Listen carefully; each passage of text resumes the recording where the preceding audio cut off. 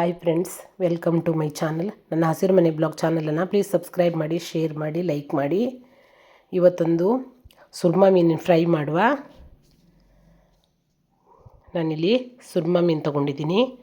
ಒಂದು 6 ಪೀಸ್ ತೊಗೊಂಡಿದ್ದೀನಿ. ನೋಡಿ, ಈ ಥರ ಕಟಿಂಗ್ ಮಾಡ್ಕೊಂಡು ತೊಗೊಂಬಂದಿದ್ದೀನಿ. ಕಟಿಂಗ್ ಕೂಡ ನಾನೇ ಮಾಡಿದ್ದೀನಿ. ತುಂಬಾ ಚೆನ್ನಾಗಿದೆ, ಫ್ರೆಶ್ ಇದೆ ನೋಡಿ. ಇದಕ್ಕೊಂದು ಮಸಾಲೆ ರೆಡಿ ಮಾಡುವ. 1 ಚಮಚ ಉಪ್ಪು,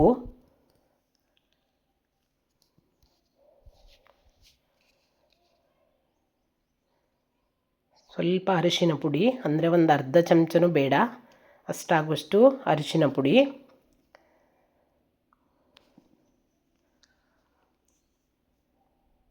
ನಂತರ ಇದಕ್ಕೆ ಒಂದು ಚಮಚ ಆಗುವಷ್ಟು ಶುಂಠಿ ಬೆಳ್ಳುಳ್ಳಿ ಪೇಸ್ಟ್,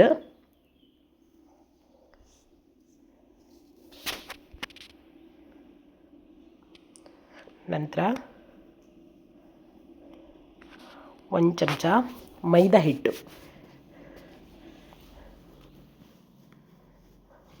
1 ಚಮಚ 1.5 ಚಮಚ ಆಗುವಷ್ಟು ಸಾಕು ಮೈದಾ ಹಿಟ್ಟು. ನಂತರ 1 ಚಮಚ ಜೀರಿಗೆ ಪುಡಿ, 1 ಚಮಚ ಅಥವಾ 2 ಚಮಚ ಆಗುವಷ್ಟು ಖಾರಕ್ಕನುಗುಣವಾಗಿ ಖಾರದ ಪುಡಿ ಹಾಕ್ಕೊಳ್ಳಿ. ನಾನಿಲ್ಲಿ ಒಂದು 3 ಚಮಚ ಆಗುವಷ್ಟು ಖಾರದ ಪುಡಿ ಹಾಕ್ಕೊಂಡಿದ್ದೀನಿ. ನಂತರ ಸ್ವಲ್ಪ ವೆನೆಗರ್ ಹಾಕ್ಕೊಂಡಿದ್ದೀನಿ. ನೀವು ಲಿಂಬು ರಸ ಇಲ್ಲಾಂದರೆ ಹುಣಸೆ ಹುಳಿ ಏನು ಬೇಕಿದ್ರೂ ಹಾಕ್ಕೋಬೋದು. ಒಂದು ಅರ್ಧ ಚಮಚ ಆಗುವಷ್ಟು ಗರಂ ಮಸಾಲ ಪುಡಿ, ಇಷ್ಟನ್ನು ಹಾಕಿ ಚೆನ್ನಾಗಿ ಮಿಕ್ಸ್ ಮಾಡ್ಕೊಳ್ಬೇಕು. ನೋಡಿ, ಈ ಥರ ಮಸಾಲೆ ರೆಡಿ ಆಗಬೇಕಿದು. ಮಸಾಲೆ ರೆಡಿ ಆದಮೇಲೆ ಒಂದೊಂದೇ ಫಿಶ್ ತಗೊಂಡು ಇದಕ್ಕೆ ನಾವು ಮಸಾಲೆನ ಹಚ್ಚಬೇಕು.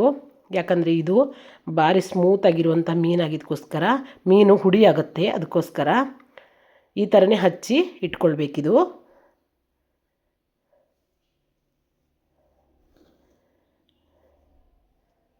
ನೋಡಿ, ಒಂದೊಂದೇ ಫಿಶನ್ನು ಈ ಥರನೇ ರೆಡಿ ಮಾಡ್ಕೊಳ್ಬೇಕು.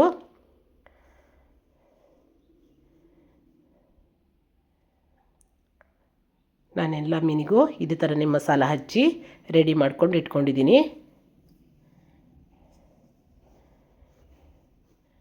ಈಗ ಒಲೆ ಮೇಲೆ ಒಂದು ಹಂಚಿಟ್ಕೊಳ್ಳುವ.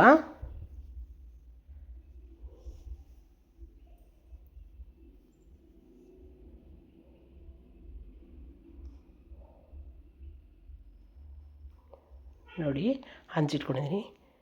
ನಾನಿಲ್ಲಿ ಎಣ್ಣೆ ಹಾಕ್ಕೊತಾ ಇದ್ದೀನಿ.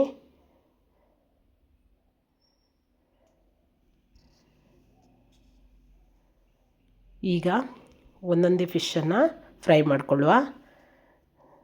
ತುಂಬಾ ಟೇಸ್ಟಾಗಿರುವಂಥ ಮೀನು ಇದು, ಸುರ್ಮಾ ಮೀನು, ಮತ್ತು ಅಷ್ಟೇ ಸ್ಮೂತಾಗಿರುವಂಥ ಮೀನು.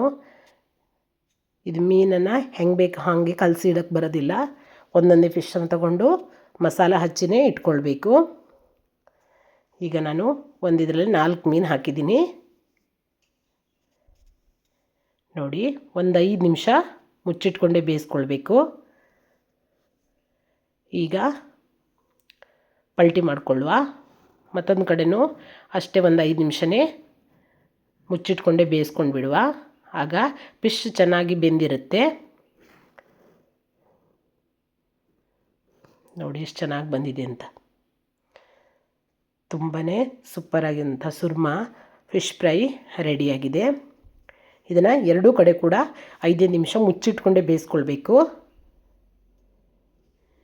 ನೋಡಿ, ಮೀನು ಫ್ರೈ ರೆಡಿಯಾಗಿದೆ.